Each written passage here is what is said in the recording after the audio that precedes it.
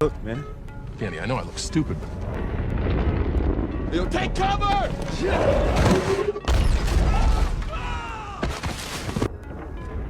A massive yellow robot suddenly rose from the ground. I stared at the colossal creature before me, completely unsure of what was about to happen. The officers were instantly struck with panic. Sensing the approaching danger, the robot quickly retreated deep into the dense forest. Once they had regained their composure, the officers urgently ordered their men to give chase, determined to capture it alive and bring it back to the base for study. Unexpectedly, in the next second, it suddenly transformed, instantly turning into a military jeep. Under the frenzied machine gun fire from the soldiers, it could only flee for its life. After dodging a military howitzer shell, it extended a steel blade dozens of meters long, slicing through two large trees ahead to temporarily block the soldiers chasing from behind. But before long, it was spotted again. Just as it was about to dash into a mine shaft for cover, it was struck and sent flying by an armored vehicle. Fully armed soldiers immediately surrounded it. Seeing this, Bumblebee quickly spoke up to explain. Please, this is a mistake.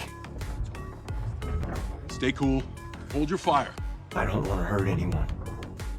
As the standoff continued, a piercing roar echoed from the sky. A jet fighter approached at breakneck speed. In the Air Force. That's not the Air Force. The pilot was none other than Bumblebee's archenemy, the Decepticons' top enforcer, Lightning. Run.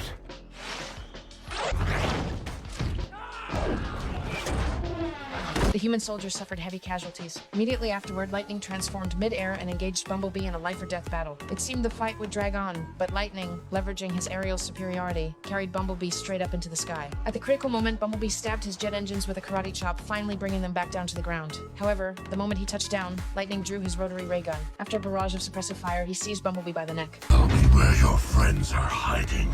I'll never talk. Is that right? Enraged, Lightning brutally pierced Bumblebee's throat, ripping out his vocalizer by the roots, then hurled the gravely wounded Bumblebee to the ground. Just as Lightning prepared to finish Bumblebee off, he had no idea that Bumblebee had already devised a countermeasure. To death.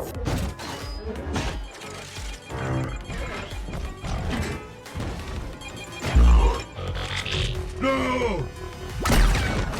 With a deafening explosion, Bumblebee succeeded in killing his opponent. Though he had won the battle, Bumblebee's core system suffered severe malfunctions, and even his memory modules were badly damaged. In the final moments before his energy was completely depleted, he scanned a yellow Volkswagen Beetle to mask his presence and fell into a long slumber. No one could have imagined that this warrior, once feared throughout the universe, would end up settling in a scrap heap on Earth in such a manner. It wasn't until I arrived that the gears of fate began to turn once more. I fell in love with that beat-up car at first sight. Although it looked like it was about to be scrapped, I still climbed into the driver's seat to give it a test drive. Even though the interior was covered in dust, I was thrilled. Since I didn't have enough savings to buy a car, the scrapyard owner gave it to me without a moment's hesitation and drove away in that rickety little yellow car. To others, buying such a clunker seemed downright crazy, but they didn't know that this car's arrival would completely change the course of my life.